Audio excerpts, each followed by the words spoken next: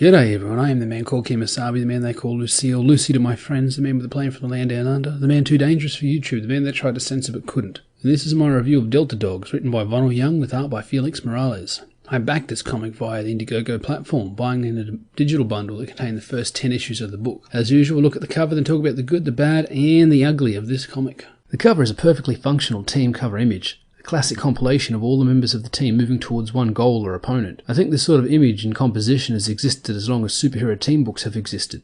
The red, orange, brown, black colour scheme offers high contrast against the electric blue of one of the team members, and most of the characters' abilities are on display in this image. There is a sense of order, teamwork and unity that comes with a shared uniform or colour scheme.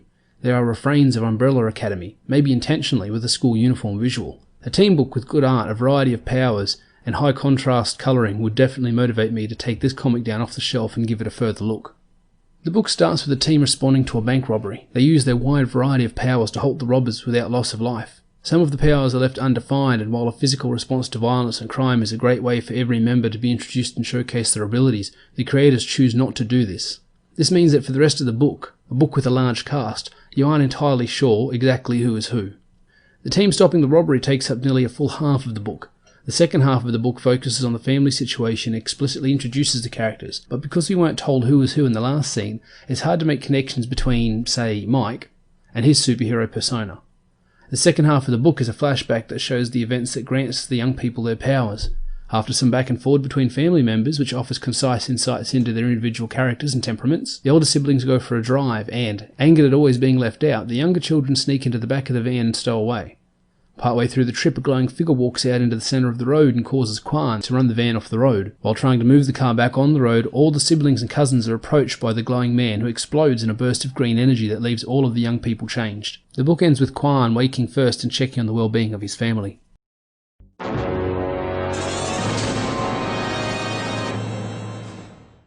While the powers aren't fully defined and are kind of left vague for the first few issues, we are given strong visual clues that might let the reader take a guess as the sort of abilities these teens have. There seems to be a wide range of powers which can lend itself to some interesting, dynamic stories and battles in future issues. The story moves along at a good pace. Characters say what they mean and the dialogue is direct and immediate.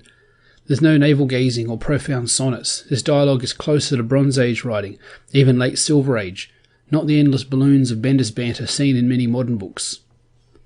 When established characters have been changed significantly for editorial edict or identity politics, killed off and replaced or made unworthy for the sake of a story, there is often a strong response from the fans. They say if you want characters that fit this identity group, why not make your own instead of undermining long-running, well-loved icons? The creators on this book have done just that, creating a new, freestanding universe with its own rules and parameters. The characters all appear to be African American, even though that's not explicitly said. It'd be hard to argue otherwise. In a time when diversity and representation trump story and merit, in a time when characters are described by their position on the progressive stack rather than the motivation or the journey they are on, it is encouraging to see new characters that can fill some of the perceived shortcomings when it comes to representation in comics without supplanting established characters. These are brand new characters without ties to any previous creations, but they aren't getting the sort of eyes on a comic book gets when long-standing beloved characters are race or gender swapped, and that's a shame. New creators like this team and their creations are the future of the comic book industry, not Falcon Cap and not Jane Foster Thor. The people who really want diversity and representation should be holding up new books like this instead of trying to claw away a little more clout by sabotaging iconic characters. This book is about a close-knit family of black teens and their single mum/auntie struggling to keep everything together, which would be hard enough without the teens all suddenly gaining superpowers. The power and credibility of the camaraderie and close family ties shown by the characters in this book, despite its shortcomings, already surpass whatever passion was supposed to be behind Sam Wilson's relationship with Jane Foster, or Carol Danvers' romance with War Machine. The latter relationships always felt shoehorned in and tokenistic. The interaction between the young people of Delta Dogs is genuine, and at times even moving.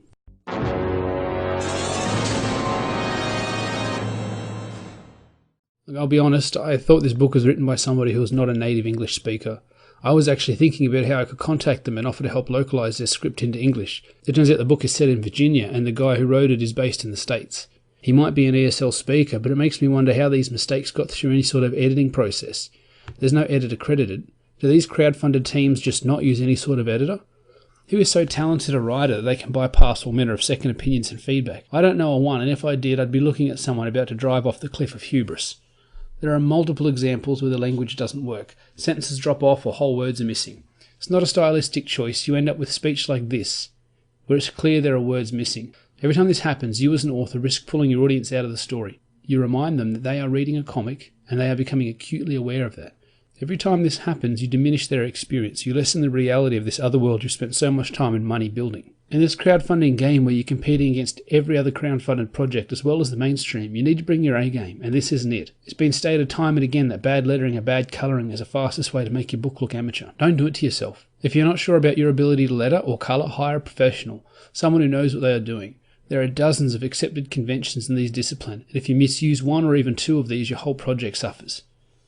The cover art is far and above superior to the interior art. It's by the same artist, but looks like Felix Morales, like myself and many other wannabe comic book artists, is better at pin-ups than sequential art. Sequential art is its own thing, a unique beast, and ability in one style of drawing doesn't necessarily translate to aptitude in drawing sequential art. Some of these panels are quite awkward. I don't know if Morales is using life references or not. If not, he should, to ensure the movement is smooth and the weight is placed realistically in each figure. A lot of backgrounds are blank or simple gradients, making the action feel like it's happening in some kind of void or vacuum or open field. In the digital editions, there is a strange white line down the middle of each page. It's possible that it's my computer or browser, but I've reviewed a lot of comics on this machine and I've never seen this before. The lettering doesn't look professional. The font is too large and thick and the wording is all bunched together. I found it a little hard to read on top of missing words and incomplete sentences, and meant I spent a lot of time rereading speech balloons, which again interrupts the flow of the narrative and pulls you from enjoying the story. Poor lettering is one of the quickest ways to make your book look amateur. Always go for a pro letterer if you don't have the skills, and if you think you do, get a second, third and fourth opinion. And if you still think you have what it takes, email me a couple of pages and I'll tell you why you're probably wrong.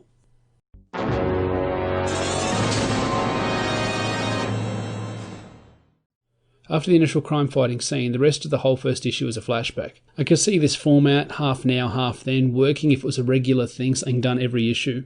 But if this was the first issue on a shelf in a comic book store, I don't know if I'd be happy with 2/3 of issue 1 being a flashback to the kids' family dynamics, relationships, first world problems and dating lives. If a cover is your first impression to get people to read your comic, then the first issue is you giving them a reason to stick around, and I don't know if minimising the superheroics in the first issue is the way to go. Audiences are generally pretty patient. They will give you a lot of leeway, a lot of rope before they try to hang you if you give them a good reason to. The promise of some big payoff or reveal is usually as good as the payoff itself, so long as you keep hinting at it. I think the writer has gone in for a reveal too early and in too large of a volume, but to his credit the reveal itself ends in a cliffhanger and asks more questions than it answers. I think some of this time would have been better spent familiarising the readers with the characters, their powers and personalities. I mean, knowing their names would be a good start. When the cover shows more than a half a dozen characters looking like graduates from the Umbrella Academy in matching uniforms, it's already a struggle to tell one from the other. The title page even has a key for reference because there are so many characters and they're all so similar. The art improves dramatically in the second issue, and while some subplots are added in the form of preternatural visions, quests for personal vengeance, and a crooked cop killing his own men, the whole issue is part of the larger flashback, showing how the kids get into trouble at school when they can't control their new powers.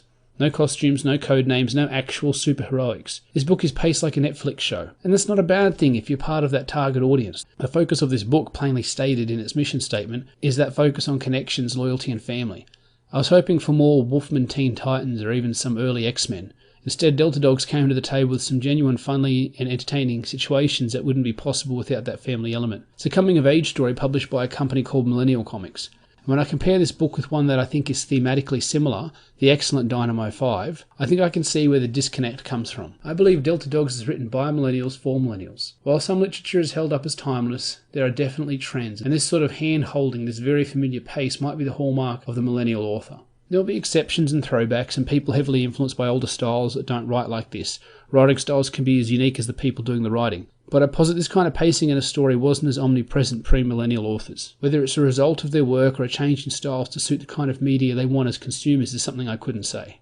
Dynamo 5 has many of the same elements as Delta Dogs, to the point that I'd be greatly surprised if the authors of Delta Dogs hadn't read Dynamo 5. That's not to say it's derivative, and the main conceit of Dynamo 5 is missing from this book. They're certainly different enough to be their own things. But as much as I enjoyed parts of Delta Dog's family matters and slice-of-life elements, they were overwhelming and the vast majority of all the pages. By comparison, Dynamo 5 had many of these same elements, but they were seated between high-action superhero battles and scenes of long-running intrigue established from the very first issue. The slice of life didn't outweigh the action and intrigue. It was well-balanced and brilliantly paced.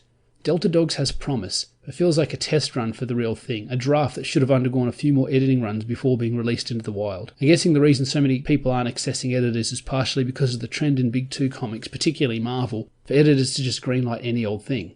There is no clear plan, no coherency, no adherence to canon or law, and when you hire writers and artists based on their identities rather than their ability, any criticism of their work will appear to be a criticism of who and what they are, not what they have done. This has resulted in years of essentially unedited books. Add to that editors clearly having little knowledge of comics, history, and conventions, and you have the blind leading the blind.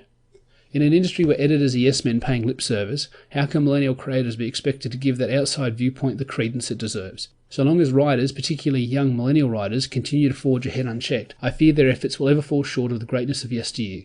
It's not my idea, it's one I've heard elsewhere, but where are the classic tales from today?